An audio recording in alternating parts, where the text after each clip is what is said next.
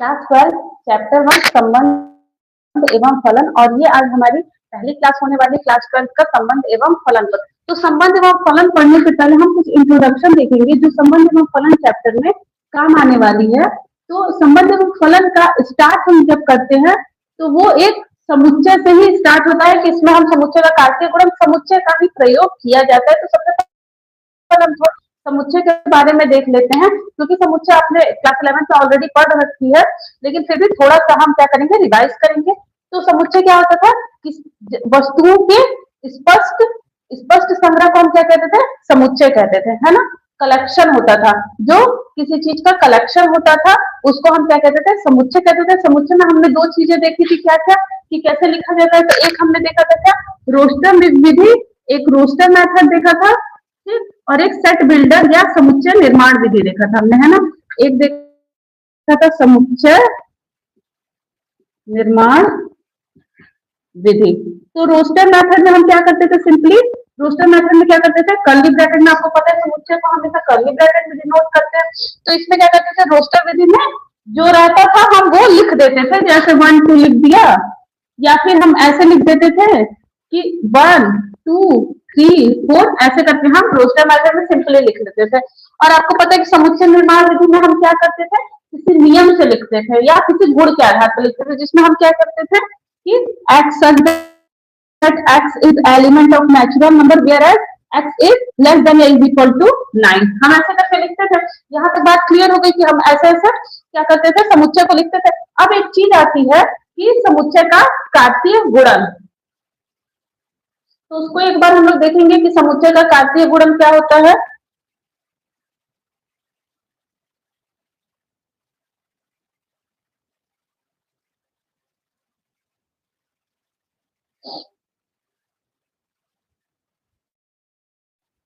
समुच्चय का कार्तीय गुणन में क्या होता है बच्चों, कि दो समुच्चय हमें दी रहती है।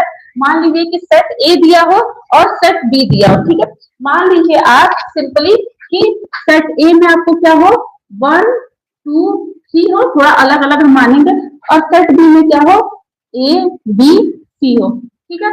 अब कार्तीय गुणन कैसे होता है, इसके थ्रू हम क्या क्या निकालते हैं, इसके थ्रू हम निकालते हैं, इसका यूज करके हम ए क्रॉस बी निकालते हैं, ए क्रॉस ए निकालते हैं, बी क्रॉस बी निकालते हैं, और बी क्रॉस ए निकालते हैं। यही होता है कार्तीय गुणन, ठीक है। यहाँ तक तो समझ में आया कि ठीक है, ये होता है कार्तीय गुणन, लेकिन इसको करते कैसे हैं। तो देखिए, अगर आपको दो सेट दिया हो, सिंपली ये मान लीजिए कि आपका सेट ए है, और ये मान लीजिए कि आपका सेट बी है, ठीक है। अब देखिए, अब अगर सेट ए में 1 दिया है, 2 दिया है एंड 3 दिया है, और सेट बी में ए दिया है, बी दिया है और सी दिया है। आप कार्तीय गुणन कैसे करते हैं, सबसे पहले एक एलिमेंट उठाएंगे, हम एक अवयव को उठाएंगे ए में से, इससे मल्टीप्लाई, इससे मल्टीप्लाई, इससे मल्टीप्लाई। ये मैं आपको बता रही हूँ ए क्रॉस बी निकालना, ए क्रॉस बी आप कैसे निकालेंगे, ठीक है। पहले हम ए क्रॉस बी निकालना देखते हैं, ठीक। अब 1 में ए का मल्टीप्लाई हुआ, ठीक है, 1 ए लिख दिया, ठीक है। 1 में बी का, ठीक है, 1 बी लिख दिया, फिर 1 में सी का, तो 1 सी लिख दिया, ठीक है। इसको कर्ली ब्रैकेट के अंदर लिखते हैं। अब 1 वाला खत्म हो गया। अब फिर 2 से करते हैं, किसमें, 2 से ए में, 2 से बी में, 2 से सी में, ठीक है। अब क्या हो गया, 2a 2b और 2c, ठीक है। 2 भी खत्म, अब 3 से करते हैं, 3 से a में, b में और c में, तो 3a 3b और 3c। तो यही होता है समुच्चय का कार्तीय गुणन, जिसमें एक एक एलिमेंट उठाते हैं, एक एक से मल्टीप्लाई करते हैं, और इस तरीके से उसको क्या करते हैं, लिखते हैं।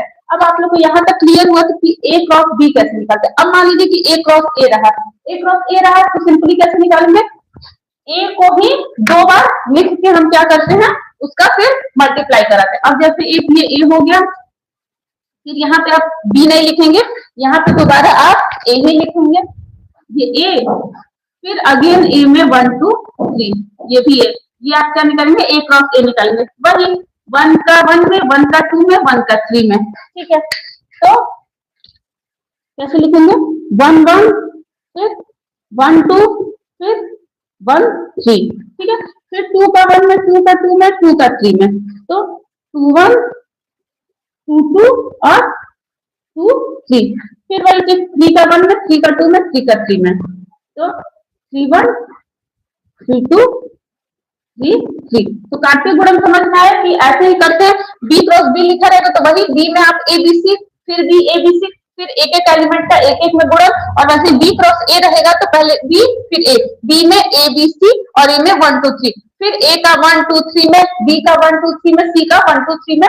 तो ऐसे हम क्या करते हैं, कार्तीय गुणन करते हैं। ठीक है, अब यहाँ तक जो समझ में आया कि कार्तीय गुणन हम ऐसे करते हैं। अब एक और चीज देख लेते हैं कि क्रमिक युग्म क्या होता है। एक चीज आती है यहाँ पे, एक नाम आता है कि क्रमिक युग्म।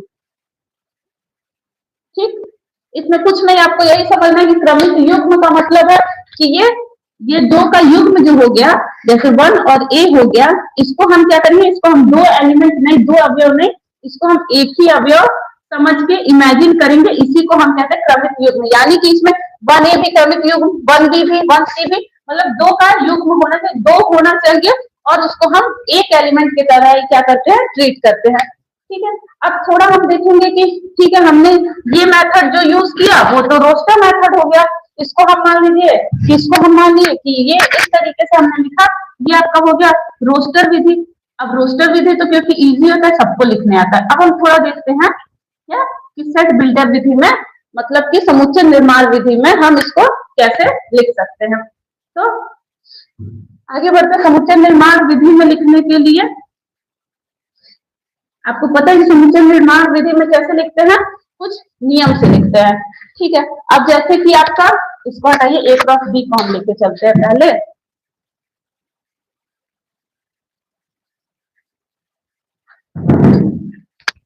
चलिए, मान लीजिए कि ये ए है, ठीक है, ए में कितने एलिमेंट्स है, मान लीजिए एक्स है, कोई चर मान लीजिए आप, और बी हो गया, बी में वाई है। ठीक है, मैं एक एग्जांपल में बता रही हूँ कि समुच्चय निर्माण विधि में हम कैसे लिखते हैं। ठीक है, अब ए क्रॉस बी भी है, अब इसको हम कैसे लिखेंगे। ठीक, समुच्चय निर्माण विधि में ए क्रॉस बी को हम कैसे लिखेंगे। तो अब मान लीजिए कि अगर हम ए क्रॉस बी लिखेंगे तो आपको पता है ए क्रॉस बी क्या हो जाएगा, एक्स और वाई। ठीक है, ये समझ में आया।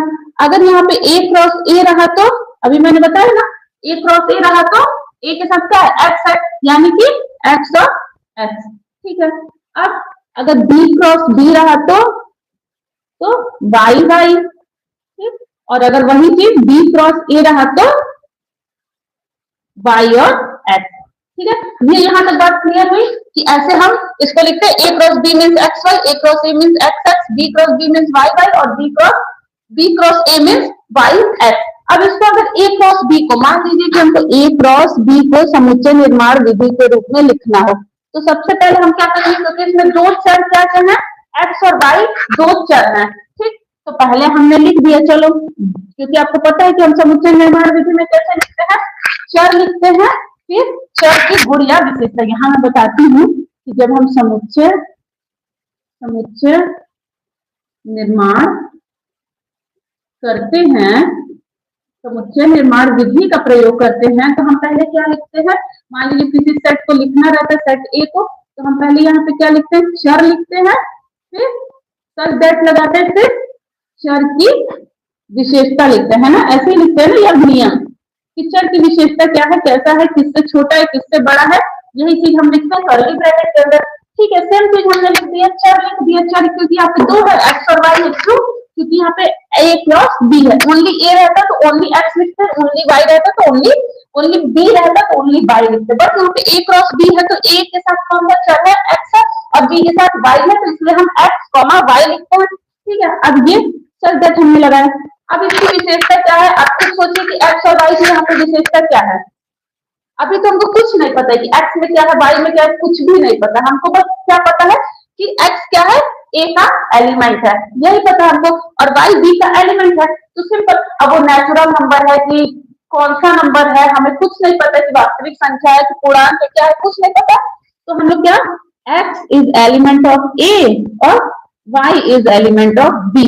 देखिए, अगर आपको ऐसे लिखने आ गए या ये चीज आपको अगर समझ में आ गई तो आप संबंध एवं फलन की पहली सीढ़ी पे चढ़ चुके हैं। ठीक है, क्योंकि इसी का बहुत ज्यादा उसमें यूज है। ठीक, अभी तो हमारी ये क्लास क्या है, इंट्रोडक्शन पे है।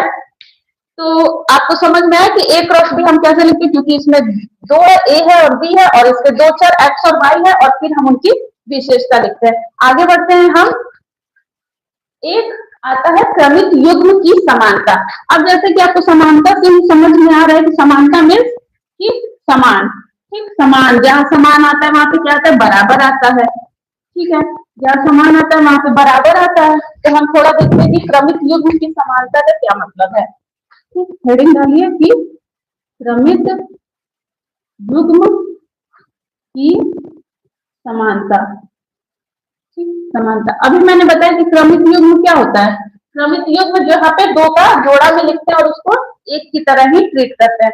अब देखिए जैसे कि क्रमिक युग्म आपका हो गया एक्स और वाई, ये एक क्रमिक युग्म है, ठीक, ए और बी ये भी एक क्रमिक युग्म है ना। अब समानता में क्या लग जाता है, बीच में इक्वल्स का साइन लग जाता है, ठीक, ध्यान से देखिएगा, समानता का ये मतलब है। अब देखिए पहले वाले के साथ पहला वाला चला जाएगा, ठीक, यानी एक्स इक्वल टू ए हो गया, दूसरे वाले के साथ दूसरा वाला चला जाएगा, यानी y is equal to b हो गया। बस यही सिंपल होता है, समानता का मतलब यही होता है। इस पे हम एक दो क्वेश्चन कर लेंगे तो हमको समझ में आ जाएगा, ठीक। समानता का मतलब यही होता है कि फर्स्ट के साथ फर्स्ट वाला, y के साथ y वाला, क्योंकि बराबर का चिन्ह है, ठीक है। ये ए बी था तो समझ में आया। अगर यहाँ पे x y is equal to 1 और 2 रहा तो समझ में आ रहा होगा कि इसमें क्या होगा कि x इक्वल टू सिंपली 1 लिख देंगे और y is equal to simply क्या लिख देंगे, 2 लिख देंगे, ठीक है। अब तो ये छोटा छोटा सा तो ऐसे हमने सॉल्व कर लिया। अब थोड़ा सा एक क्वेश्चन देखेंगे जो कि बहुत इंपॉर्टेंट हो सकता है आपके एग्जाम के लिए। ऐसे क्वेश्चन आपको बहुत पूछे जाते हैं। बस इस क्वेश्चन के साथ हम अपना सेकंड आंसर कंप्लीट करेंगे। क्वेश्चन है आपका कि x प्लस वाई है ये, ठीक, और एक 2x है, ठीक, इज इक्वल टू 8 और 6।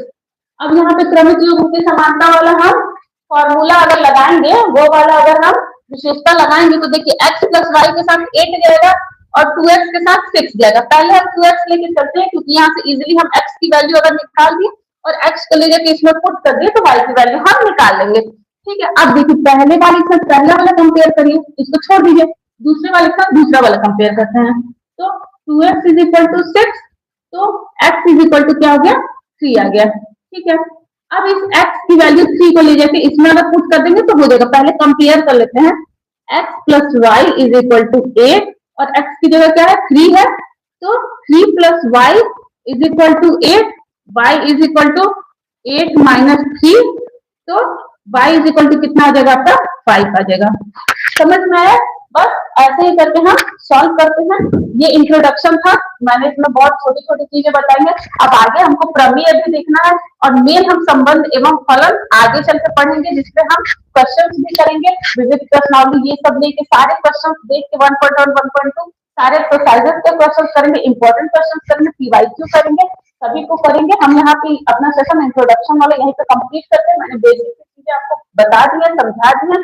आगे हम संबंध एवं फलन की मेन चीजें पढ़ेंगे, ठीक है। अगर आपको वीडियो अच्छी लगी हो तो लाइक करिएगा, अपने दोस्तों में शेयर करिएगा, चैनल को सब्सक्राइब करिएगा ताकि इसके आगे वाली भी वीडियो आप तक पहुंच सके, ठीक है। Thank you so much.